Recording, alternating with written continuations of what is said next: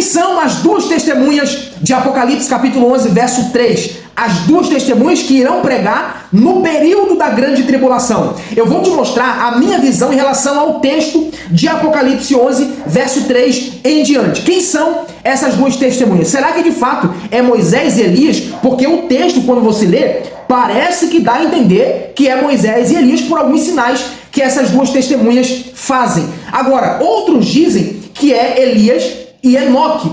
Quem é de fato essas duas testemunhas? Vamos lá, eu quero mostrar aqui a minha visão e já quero dizer que eu sou contrário a esta visão de teólogos que dizem que nesse texto aqui está se tratando de Elias e Enoque e outros dizem que é Moisés e Elias. Eu discordo e eu vou mostrar o meu entendimento em relação ao texto. Vamos lá, o texto começa dizendo assim, ó, Apocalipse capítulo 11, verso 3. E darei poder a minhas duas testemunhas e profetizarão, ou seja, eles serão como um profeta no período da grande tribulação. Então o que eu quero destacar aqui com você é a palavra testemunha. Esta palavra, na minha visão, ela está intimamente ligada com discípulos de Cristo. Então logo, esses dois homens aqui, essas duas testemunhas, são seguidoras de Jesus. São judeus convertidos que o próprio Deus vai separar para pregar no período da grande tribulação e dará poder a essas duas testemunhas. Por quê? Porque a Bíblia vai dizer assim, ó, Jesus falando, e ser-me-eis minhas testemunhas, tanto em Jerusalém, como em toda a Judéia, e em Samaria, e até os confins da terra.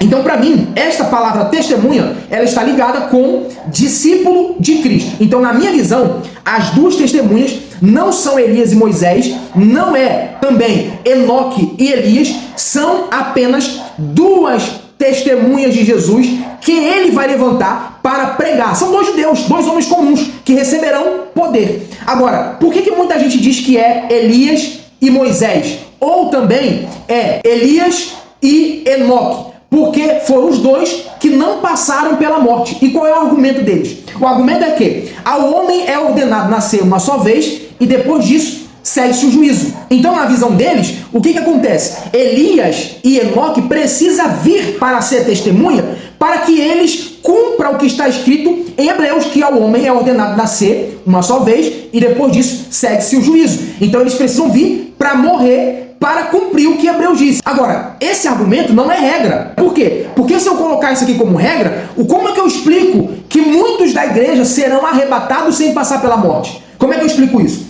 Se Hebreus diz que todo mundo tem que passar pela morte, porque ao homem é ordenado nascer uma só vez, e depois disso segue-se o juízo, muitos da igreja não vão passar pela morte. Então, isso aqui cai por terra, essa teoria cai por terra. Eu não acredito nisso. Agora, veja o que diz o verso de número 5. E se alguém quiser fazer mal, fogo sairá da sua boca e devorará os seus inimigos. E se alguém lhe quiser fazer mal, importa que assim seja morto. Ou seja, ninguém vai conseguir chegar perto dessas duas testemunhas. Porque se alguém quiser fazer mal, se alguém tentar fazer mal, fogo, Deus tem autoridade para que fogo saísse da sua boca e consumisse essa pessoa que estaria tentando fazer mal às testemunhas. Verso de número 6. Estas têm poder para fechar o céu. Ou seja, quem foi o profeta que teve poder para fechar o céu? Elias.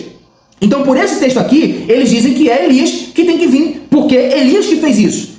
Isso aqui não é regra. Deus pode usar alguém com o mesmo poder que ele deu a Elias, ele dá também a outra pessoa, porque o poder não era de Elias. João Batista também veio na unção de Elias.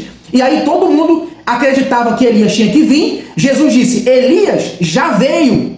E vocês não reconheceram. De quem que Jesus estava falando? De João Batista. Jesus mesmo disse, Elias já veio. Então, quebrando esta ideia de que muitos acreditam que Elias precisa vir. Eu não acredito nisso, tá certo? Então, o mesmo poder que Deus deu a Elias, ele também pode dar a qualquer um que ele quiser, porque o poder não é de Elias, o poder é de Deus. Agora, vamos lá. O verso 6 diz, estas têm poder para fechar o céu, para que não chova nos dias da sua profecia. E tem poder sobre as águas, para convertê-las em sangue e para ferir a terra com toda sorte de pragas, quantas vezes quiserem. Quem foi o profeta que fez isso aqui que a Bíblia está dizendo? Que fez a água se tornar em sangue? Moisés. Só que se for falar da regra que eles criaram, de ao homem é ordenado nascer uma só vez, Moisés passou pela morte. O livro de Deuteronômio fala isso. Moisés passou pela morte. Então, como é que Moisés tem que vir segundo a regra deles? Tá entendendo? Então, da mesma forma que Deus usou Moisés como autoridade, Deus também vai usar essas duas testemunhas. Não quer dizer que Moisés tem que vir aqui. Não quer dizer que Elias tem que vir aqui para fazer esses sinais aqui. Isso aqui é sem lógica. Aí o texto vai dizer assim, ó, e jazerá o seu corpo morto na praça. O texto vai dizer que Deus vai permitir que a besta venha ferir essas duas testemunhas no tempo certo, e muitos vão se alegrar, muitos se alegrarão, porque a mensagem que eles estavam pregando era uma mensagem de confronto, que confrontava tanto as nações que se uniram ao anticristo, como também o anticristo não vai gostar da mensagem que essas duas testemunhas vão estar pregando, porque a mensagem que eles vão pregar será uma mensagem de confronto, uma mensagem que muitos vão ouvir e não vão gostar. Por que não vão gostar? Perceba, porque o texto vai dizer que a cidade de Jerusalém, espiritualmente falando, se tornará como Sodoma e como o Egito. Dois detalhes importantes. O que acontecia em Sodoma? Sodoma era uma promiscuidade terrível, a ponto de homem se relacionar com homem, mulher se relacionar com mulher. Então havia uma corrupção moral muito grande em Sodoma e Gomorra. E Jerusalém vai se tornar a mesma coisa, porque o anticristo, ele vai liberar essas coisas. Então, todo mundo que se aliar ao anticristo não vai gostar da mensagem das duas testemunhas. Então eles vão tentar matar as duas testemunhas. Então o texto vai dizer que a cidade de Jerusalém, espiritualmente falando, está parecendo com Sodoma e com o Egito. No Egito, o faraó, ele se intitulava o quê? Se intitulava Deus. Por que que aqui o texto parece falar de Moisés? Porque quem foi que confrontou o Egito, mostrando que o poder de Deus era muito maior do que o poder que o faraó tinha? Foi Moisés. Então por isso que o texto usa essas figuras do Antigo Testamento para trazer uma mensagem. Então o anticristo, ele vai se intitular como um Deus. Por isso que essas duas testemunhas terão poder semelhante ao poder de Moisés e semelhante ao poder de Elias. Então a minha opinião a respeito do texto, eu acredito que não é nem Moisés e nem Elias, tampouco. Não é Elias, também não é Enoque. Mas são dois judeus que Deus vai levantar nesse período, que segue a ele para confrontar o anticristo, para confrontar o seu reinado aqui na Terra. Essa é a minha opinião. O que você achou do vídeo? Você concorda, discorda? Deixa aí nos comentários que eu quero ouvir a sua opinião, tá certo? Deus abençoe você, sua casa, sua família, e até o próximo vídeo.